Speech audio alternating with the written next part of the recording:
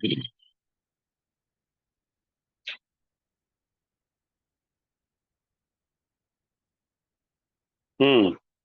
लोग कल पढ़ रहे थे splitting of D orbital in tetrahedral complexes. और उसमें आपने एक एनर्जी लेवल डायग्राम ड्रा किया होगा, और वो डायग्राम आपका 1 2 3 रहा होगा, और 1 और 2 ये आपका रहा होगा सेंटर। वेरी सेंटर से यहाँ तक का जो वैल्यू था कितना था वो, ये लोअर था शायद। ये आपका ये वैल्यू 1 2 1 2 और 3 यहाँ से यहाँ तक रहा होगा -0.6 डेल्टा टी के फार में, और यहाँ से यहाँ रहा होगा +0.4 डेल्टा टी के फार में। ठीक है, अब देखो ये पूरी एनर्जी यहाँ से यहाँ तक अगर आप निकालोगे तो क्या करोगे, 0.4 delta T minus minus 0.6 delta T के फॉर्म में अगर आप ऐड करोगे तो क्या आएगा, ये डेल्टा टी आएगा। ये डेल्टा टी के फॉर्म में आपको देखने के लिए मिलेगा, क्योंकि अगर दोनों को ऐड कर दोगे 1.0 आपका ये डेल्टा टी आएगा। इस डेल्टा टी को आप क्या नाम देते हो, कल लिखे थे शायद आप CFSC, इसके पहले भी पढ़े हुए हैं। जब कभी भी आप दो एनर्जी लेवल के बीच के गैप को रिप्रेजेंट करोगे तो हमेशा वह एनर्जी डिफरेंस क्या कहलाएगा, CFSC कहलाएगा। और ये आपका डेल्टा टी के फॉर्म में टेट्राहेड्रल कॉम्प्लेक्स में हम लोग रिप्रेजेंट करते हैं, जो ऑक्टाहेड्रल में क्या किया गया था, डेल्टा ओ के फॉर्म में आपने रिप्रेजेंट किया हुआ था। अभी आपको डेल्टा टी को डेल्टा ओ में कन्वर्ट करने का तरीका भी बताया जाएगा कि कैसे आप अगर डेल्टा टी दिया हुआ है तो डेल्टा ओ में कैसे उसे आप कन्वर्ट करते हो। तो अब जो आपने कल एनर्जी लेवल डायग्राम ड्रा किया उसमें लोअर लेवल क्या था आपका, ई था, और हायर लेवल क्या था, T2 था। यहाँ पर मैंने बोला था जी हम लोग यूज नहीं करेंगे। जी का यूज क्यों नहीं करेंगे, तो इसके लिए भी कल हल्का सा मेरे मुंह से निकला हुआ था, इसमें सेंटर ऑफ सिमेट्री, या ऐसे कह दो कि सेंट्रोसिमेट्री नहीं होती है, इसलिए यहाँ पर हम लोग जी टर्म यूज नहीं करेंगे। तो जहां डायग्राम एंड किया है उसी के नीचे एक लाइन लिखिएगा, इन tetrahedral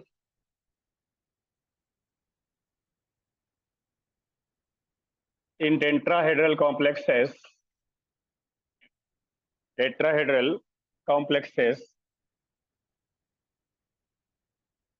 T2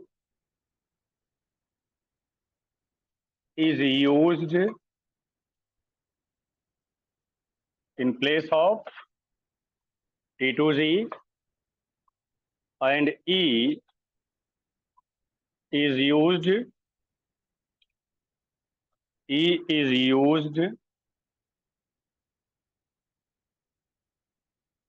in place of EG, because tetrahedral complexes are non-centrosymmetric.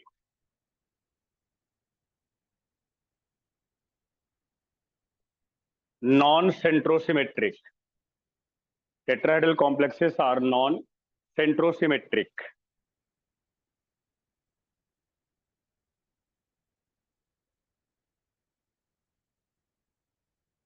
अब उसके बाद इसमें जो आप अगला टॉपिक जो लोगे वह होगा, हेडिंग है फिलिंग ऑफ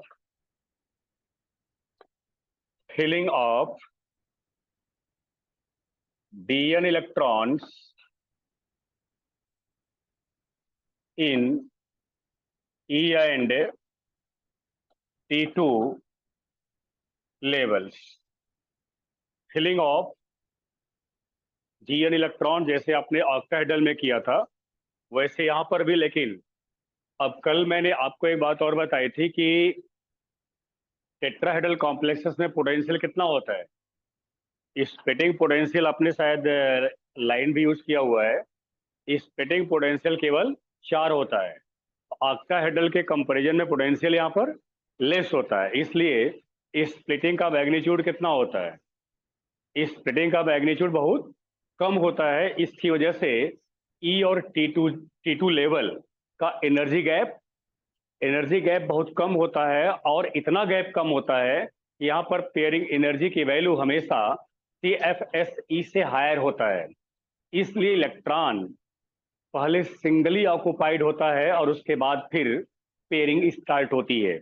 इसलिए आप सभी लोग ये ध्यान में रखना कि all tetrahedral complexes are high spin complexes, but they are not low spin, never low spin complexes.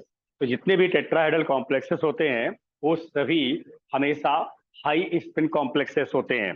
तो इसमें आप कमेंट करिएगा, in TD complexes,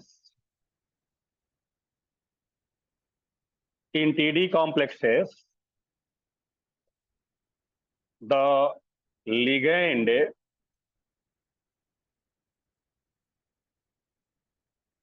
potential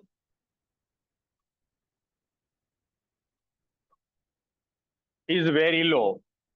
The ligand potential is very low, and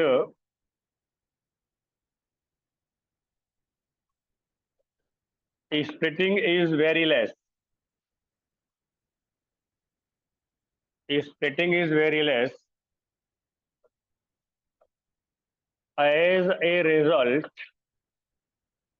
the pairing energy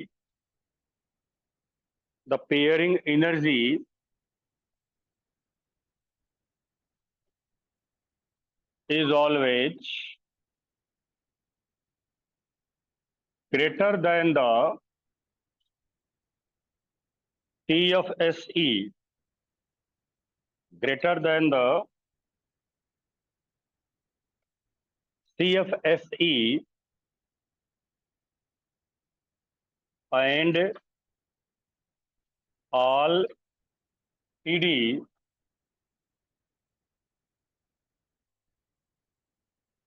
complexes are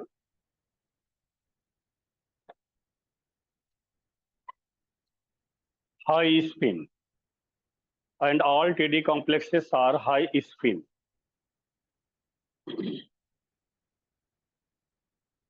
All TD complexes are high spin। इसका मतलब हम लोगों के पास केवल एक टेबल बनेगा। इसके पहले वाले में क्या था, आपने दो टेबल का फॉर्मेशन किया था, एक लो स्पिन के लिए और एक हाई स्पिन के लिए। तो यहाँ पर हम लोग अब डिस्ट्रीब्यूशन के रिगार्डिंग क्या लेंगे, जो टेबल बनाएंगे वो लेंगे डी एन इलेक्ट्रॉन्स, उसके बाद इलेक्ट्रॉन्स इन ई लेवल। क्या बोलते हो, ई लेवल नीचे है, यानी इलेक्ट्रॉन ई लेवल में पहले इंटर कराएंगे आप, ई लेवल। उसके बाद इलेक्ट्रॉन्स इन T2 लेवल। ठीक है, यहां कौन सा रूल फॉलो नहीं होगा, यहां कौन सा रूल फॉलो नहीं होगा और केवल कौन सा रूल फॉलो होगा। याद रखेंगे, यहां आफबा नहीं लगेगा, आफबा प्रिंसिपल यहां पर अप्लीकेबल नहीं होगा, यहां केवल हुंड का रूल लागू होगा। आफबा क्या कहता है, इलेक्ट्रॉन सबसे पहले लोअर एनर्जी में फिल करेगा, ठीक है, और वो लेवल जब फिल हो जाएगा उसके बाद तब हायर लेवल में इलेक्ट्रॉन जाएगा। ये आफबा का प्रिंसिपल है। लेकिन हुंड रूल क्या कहता है कि अगर एनर्जी सेम है ऑर्बिटलों की, तो उनमें लगभग इलेक्ट्रॉन क्या करेगा, सिंगली पहले फील्ड करेगा, उसके बाद फिर इलेक्ट्रॉन की पेयरिंग होगी। तो यहाँ पर आपको आफबा प्रिंसिपल अप्लाई नहीं करना है, यहाँ पर केवल और केवल हुंड रूल के अकॉर्डिंग इलेक्ट्रॉन को डिस्ट्रीब्यूट करना है। तो अपना टेबल ये दिमाग में रखिएगा, हमें 10 तक फिल करना है। तो इलेक्ट्रॉन D1 है और हमारे पास ई लेवल है। अब यहाँ D1 ई लेवल में एक इलेक्ट्रॉन रहेगा, फिर D2 ई लेवल में इस बार 2 इलेक्ट्रॉन हो जाएंगे और T2 लेवल आपका पूरा का पूरा एम्प्टी रखो। D3 में ये आप रखेंगे। इस बार क्या पेयर कराएंगे? बोलो पेयर कराएंगे या पेयर नहीं कराएंगे? आप भरते समय केवल एक ही बात ध्यान रखो कि टेट्राहेड्रल में पेयरिंग एनर्जी ज्यादा होती है।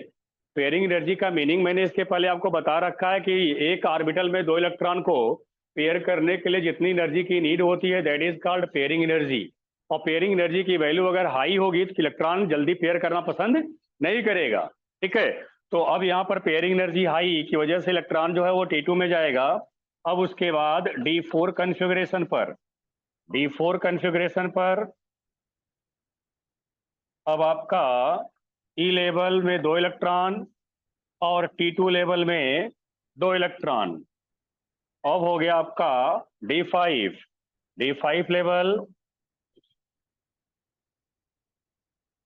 तो ये हो जाएगा 1 1 1 1 और ये 1, सभी अब फिल्ड कर गए, सभी सिंगली ऑक्युपाइड हो गए। अब उसके बाद क्या करेंगे लोग? अब पेयर करेंगे। तो पेयर, ये ध्यान रखना, पेयर स्वेच्छा से हो या लिगेंड कराए, पेयर तो पेयर, इसलिए पेयरिंग एनर्जी आप हमेशा काउंट करेंगे।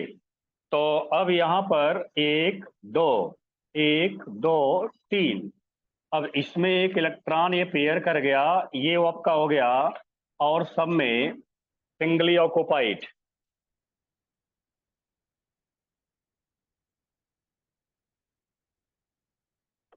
D7 यहाँ भी अब हो जाएंगे, यानी ई लेवल आपका फुल्ली ऑक्युपाइड हो गया और T2 लेवल में आपके पास 3 अनपेयर है।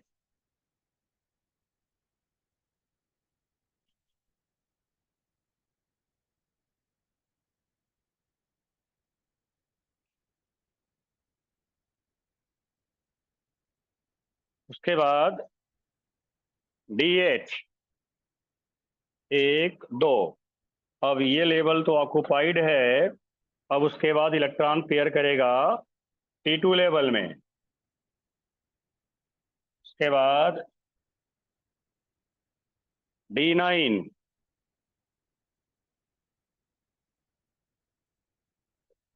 1 2 1 2 1 2 1 2। अब उसके बाद फाइनली आपका D10, ये अब यहाँ पर ये सभी हो जाएंगे पेयर। तो सभी इलेक्ट्रॉन की ये पेयरिंग, इस तरीके से आप सभी लोग टेट्राहेड्रल कॉम्प्लेक्स कोई भी आएगा उसमें इलेक्ट्रॉन को इसी तरीके से डिस्ट्रीब्यूट करेंगे। और यहाँ पर ऑफ बा प्रिंसिपल को अप्लाई, छोड़ गया क्या कुछ? ये D9, हाँ ये जी हाँ।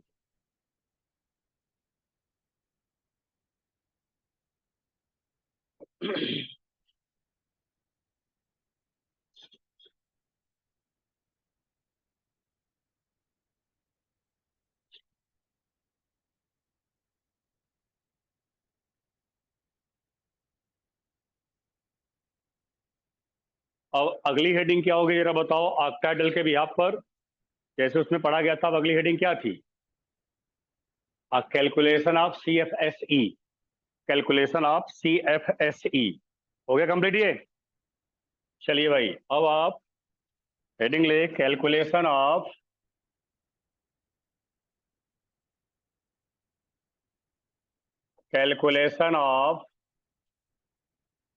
CFSE in TD complexes,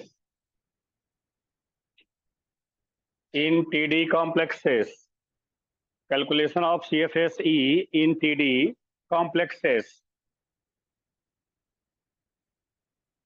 अब इसमें इस बार क्या करोगे, एक कॉलम बढ़ा लोगे आप। वह कॉलम क्या हो जाएगा? CFSE का, लेकिन उसके पहले चलो उसी टेबल में लिख दिया जाएगा फार्मूला। फार्मूला तो आपको पता ही है, टेट्राहेड्रल में और ऑक्टाहेड्रल में दोनों अपोजिट ही केवल हैं। भाई पहले वाले में क्या किया था, -0.4 मल्टीप्लाइड बाई एन T2G किया था और +0.6 मल्टीप्लाई बाई एन ईजी किया हुआ था। यहाँ पर क्या करेंगे, आपका 6 वाला यानी कि -0.6 multiplied by an easy E level हो जाएगा और प्लस आपका 0.4 मल्टीप्लाइड बाई एन T2 हो जाएगा आपका। तो यहाँ पर आप लेंगे टेबल DN कॉन्फ़िगरेशन किया जाएगा, DN कॉन्फ़िगरेशन। उसके बाद इलेक्ट्रॉन्स इन ई लेवल के बाद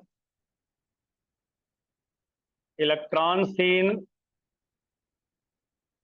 T2 लेवल, उसके बाद CF SE, बोलो फार्मूला फट से, minus of 0.6 multiplied by N E ना, और plus of 0.4 multiplied by N T2 in form of delta T.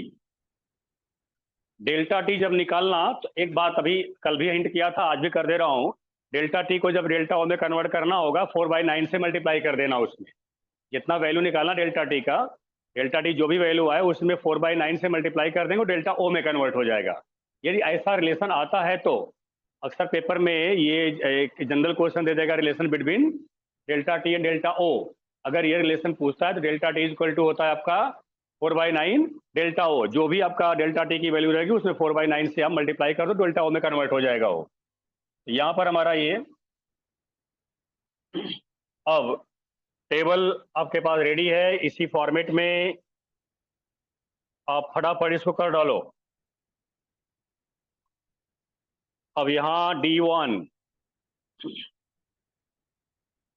में ई लेवल में एक इलेक्ट्रॉन और T2 में कोई नहीं, तो आपका CF SE बराबर minus of 0.6 multiplied by 1 plus of 0.4 multiplied by 0। बोलो भैया, डेल्टा टी ये बराबर कितना हो जाएगा, माइनस ऑफ 0.6 डेल्टा टी। यही ट्रेंड है, इसी ट्रेंड पर आप अपना फटाफट टेबल भर डालो और प्रयास करो कि हमें स्क्रीन न देखना पड़े। चलो, आपको इलेक्ट्रॉन की वैल्यू तो रखनी है, फॉर्मूला आपके पास नोन हो गया है, इलेक्ट्रॉन की वैल्यू क्यों रख दीजिए बस।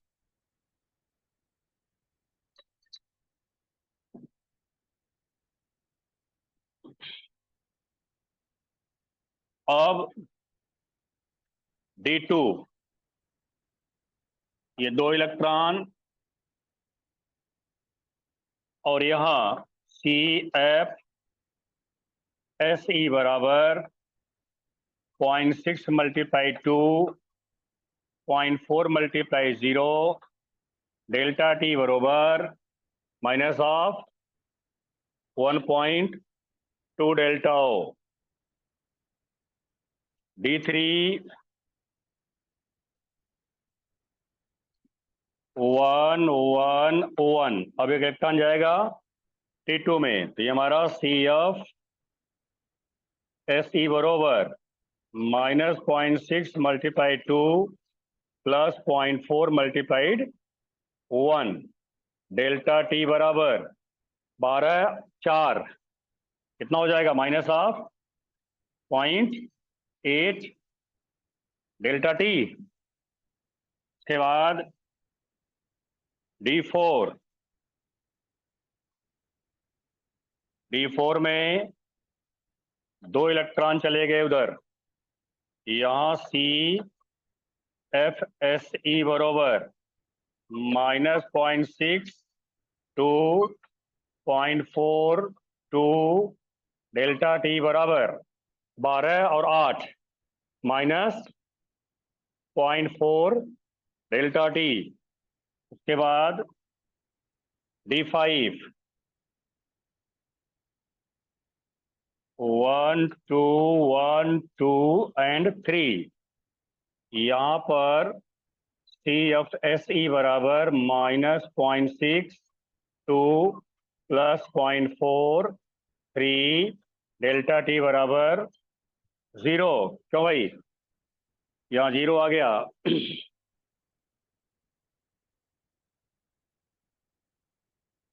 अब उसके बाद D6 अब पेयर करेगा। अब इलेक्ट्रॉन की पेयरिंग, और ये CFSE बराबर -0.6 3 4 3 डेल्टा टी बराबर 36 18 और 4 कई 12 पॉइंट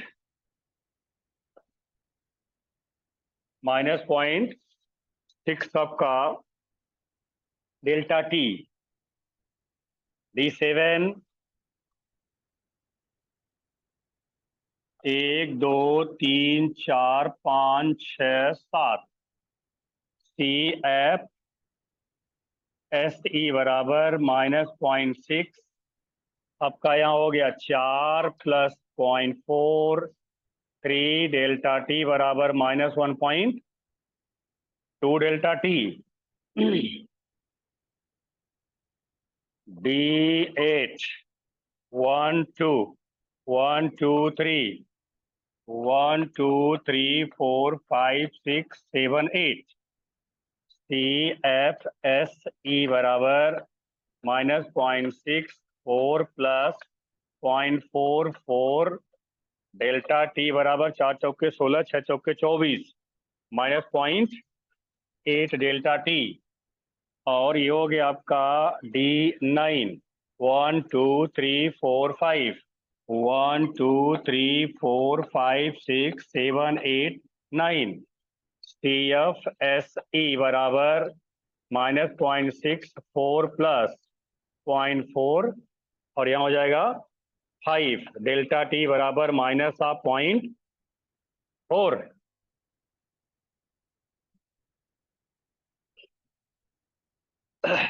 अब D10 आपका 1 2 3 4 5 ये आपकी यहाँ पर ये हो गया CFSE बराबर -0.64 + पॉइंट आपका ये 6 डेल्टा टी।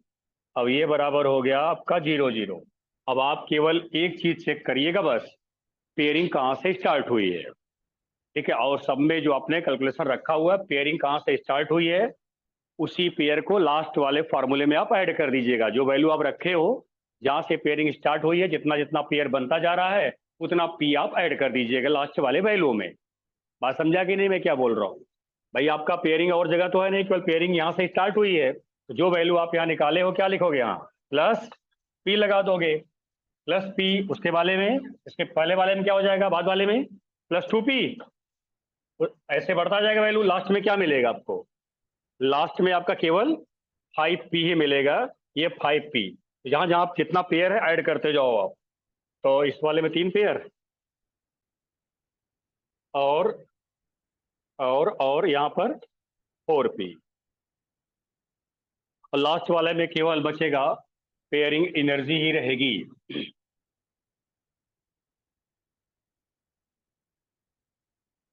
ऐसे क्वेश्चन हो सकता है कि दे देगा कि which of the following configuration would have CFSE equal to the pairing energy, यानी दे देगा कौन सा ऐसा कॉन्फ़िगरेशन है जिसमें CFSE की वैल्यू जो है केवल पेयरिंग एनर्जी के इक्वल होगी। तो आप ये ध्यान रखना, यहाँ पर यह केस है, एक केस और मिला होगा आपको ऑक्टाहेड्रल में भी। ऑक्टाहेड्रल में भी एक केस आपको शायद मिला होगा जहाँ पर CFSE की वैल्यू केवल पेयरिंग एनर्जी के बराबर ही होगी। क्या है वो, D10 है क्या, D10 कॉन्फ़िगरेशन। D10 कॉन्फ़िगरेशन चाहे जिसका भी हो, वीक का या स्ट्रांग का हो, अब मैं एक बार चेक कर ले आप, शायद आपको पेयरिंग एनर्जी ही मिली होगी।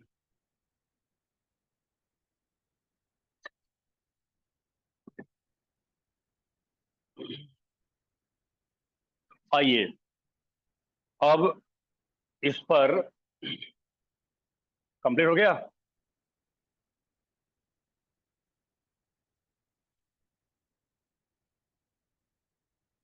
अब हम लोग एग्जाम्पल करेंगे।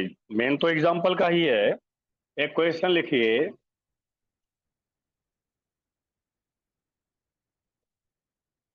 Calculate TFSE in term of delta T for CO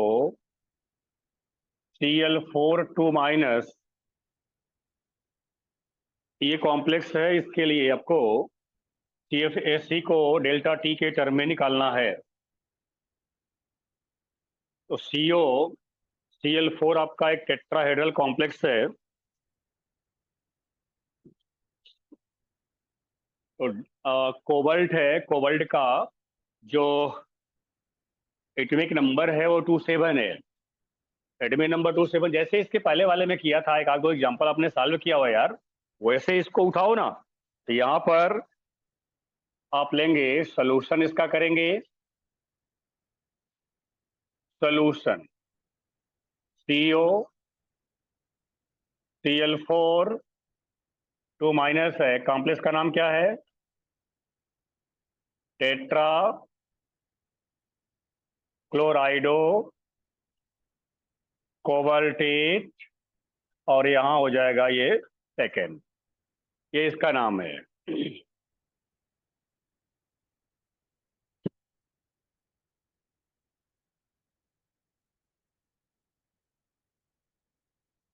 अब कॉन्फ़िगरेशन करो, इससे पता चल जाएगा इसमें इलेक्ट्रॉन है कितना। Cobalt 2 7, argon 3d7 4s2।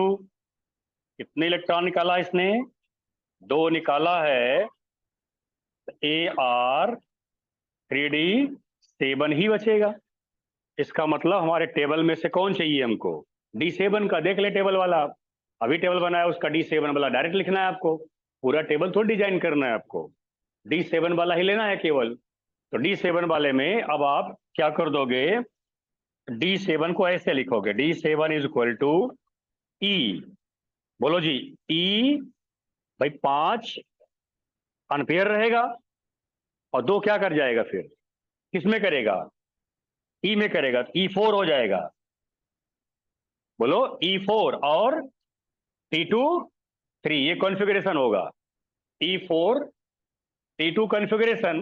तो अब आप इसको यही बल्कि नीचे दिखा दो, 1 2 1 2 3। यहाँ पर 2, यहाँ पर 2, यहाँ पर 1, यहाँ पर 1, यहाँ पर 1। ठीक है, ये हो गया अरेंजमेंट। अब इसी अरेंजमेंट पर आप फार्मूला लगा दीजिए।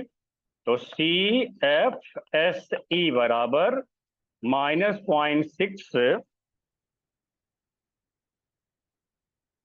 Into N E plus 0.4 into N T2।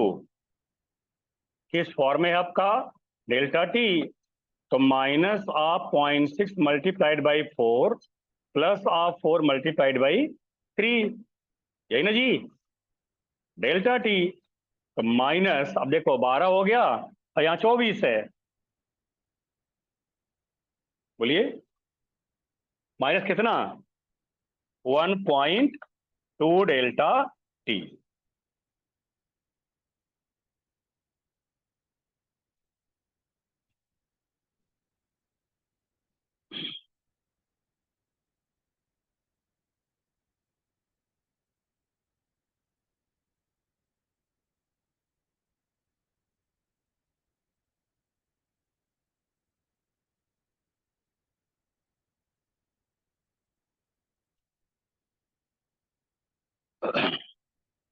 ऐसे ही फट से एक और निकाल दीजिए आप। क्वेश्चन का पैटर्न वही ले लीजिए। Calculate CFSE in term of delta T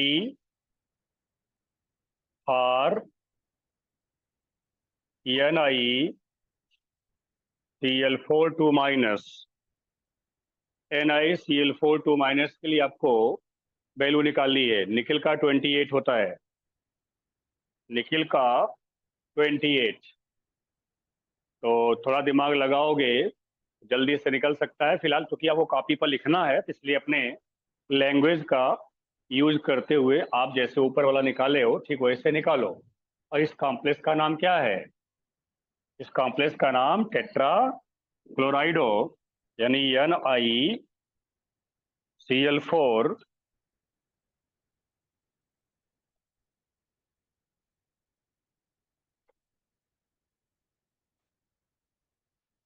tetra क्लोराइडो Nikki late second.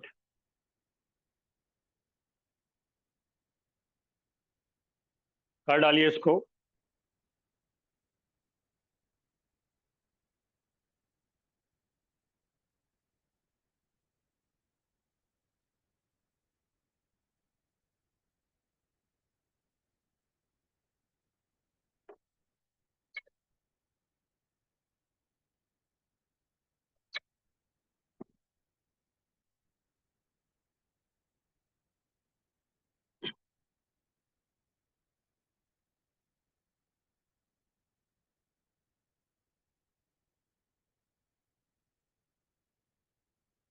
निकाला जी? करिए करिए, अब खुद से करेंगे तो थोड़ा सा लेवल आपका बढ़ेगा।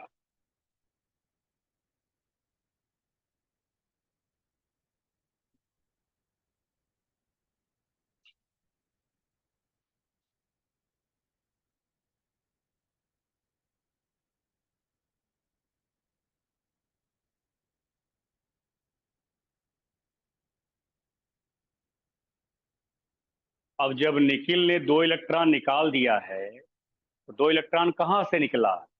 एस से निकला। एस वाले इलेक्ट्रॉन को हटा दीजिए अब। और Ni++ जो हो जाएगा 3d8 हो जाएगा। अब 8 वाला D8 वाला कॉन्फ़िगरेशन आपको करना है। 8 वाला कॉन्फ़िगरेशन करने का मतलब हो गया कि E4 और T2 4 दोनों 4 हो जाएगा ना। तो 4 उधर 16 और उधर 24.8। हाँ, -0.8 डेल्टा टी।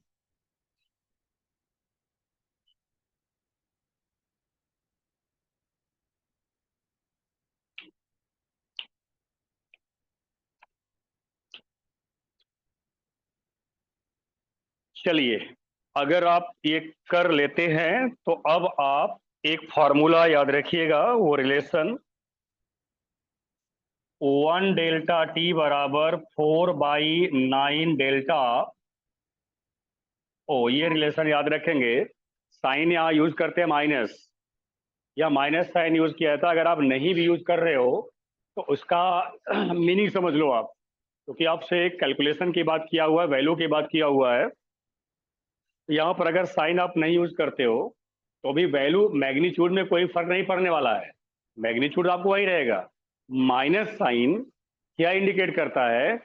लोअर एनर्जी है या हायर एनर्जी, केवल यही रिप्रेजेंट करता है। इसलिए आप इस फार्मूले से, अब जैसे यही देख लो, यहीं से चेक कर लो, अभी आपने कितना डेल्टा टी निकाला है? 0.8 निकाला हुआ है। हाँ, 0.8 निकाला हुआ है, तो आप माइनस साइन को वहां भी छोड़ दो। क्योंकि अगर आप माइनस साइन वो भी ले लोगे और माइनस साइन यहाँ भी लगाओ, बात तो वही आई। इसलिए आप माइनस साइन अवॉइड कर दोनों जगह पर। वहां क्या था? पॉइंट डेल्टा है। जैसे देखो, ध्यान रखना यहाँ, अब डेल्टा टी बराबर इतना है। तो अब आपसे क्वेश्चन किया जा रहा है कि 0.8 डेल्टा टी है। 0.8 डेल्टा टी अगर डेल्टा ओ में कन्वर्ट करें कितना होगा? जनरल मैथमेटिक्स लगा दीजिए आप। तो जनरली लगाते हो भाई, डेल्टा टी इक्वल टू आपके पास इतना है, तो पॉइंट डेल्टा टी को डेल्टा ओ में कन्वर्ट करना है। तो क्या करना है फिर हमें? कि जो 4/9 आपके पास है तो वैल्यू है ही, इसको तो इस रूप में लिखना ही है।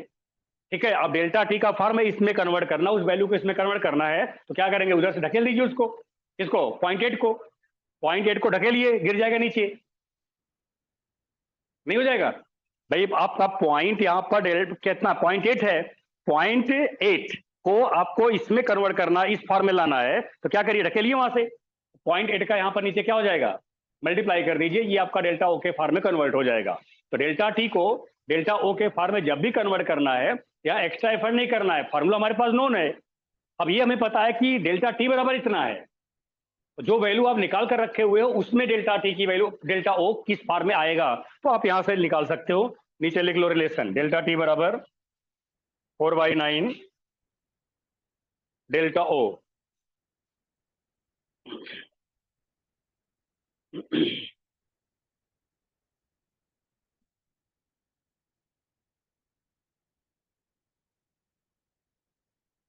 चलिए अब हेडिंग बनाइए।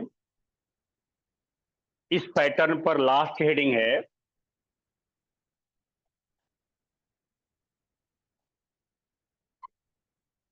स्प्लिटिंग ऑफ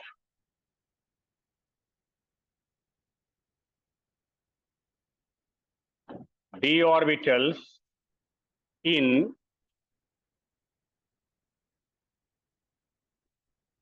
square planar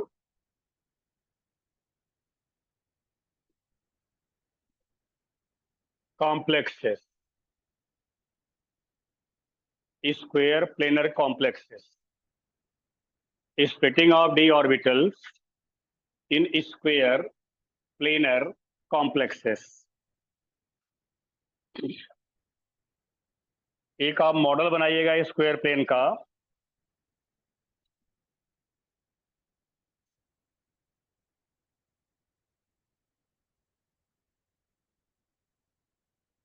ये स्क्वायर प्लेन का model L1, L2, L3, L4, ये स्क्वायर प्लेन और वही सामने इसके, क्योंकि आपको समझना है कि लिगेंड है कहाँ, तो उससे आपको ये पता चल जाएगा कि कौन सा ऑर्बिटल लिगेंड के साथ अधिक इंटरएक्ट करेगा।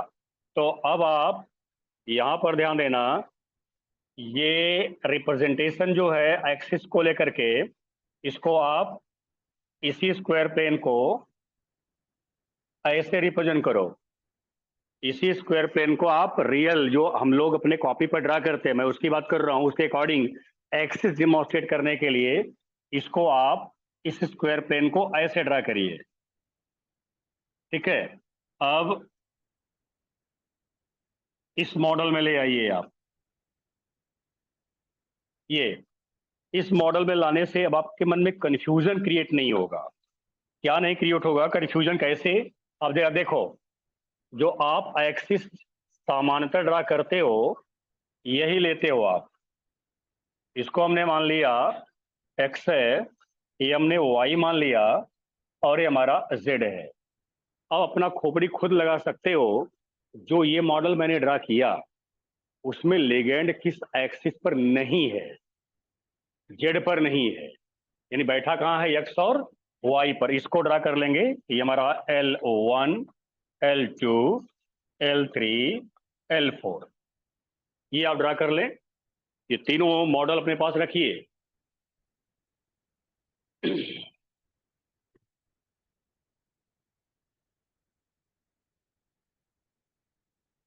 अब यहीं से लेक्चर हम लोग कल आगे बढ़ाएंगे और आपको हम ये पहले सिखाएंगे कि एक ऑक्टाहेड्रल कॉम्प्लेक्स को हम स्क्वायर प्लेन में अगर कन्वर्ट करना चाहें तो कैसे कन्वर्ट होगा।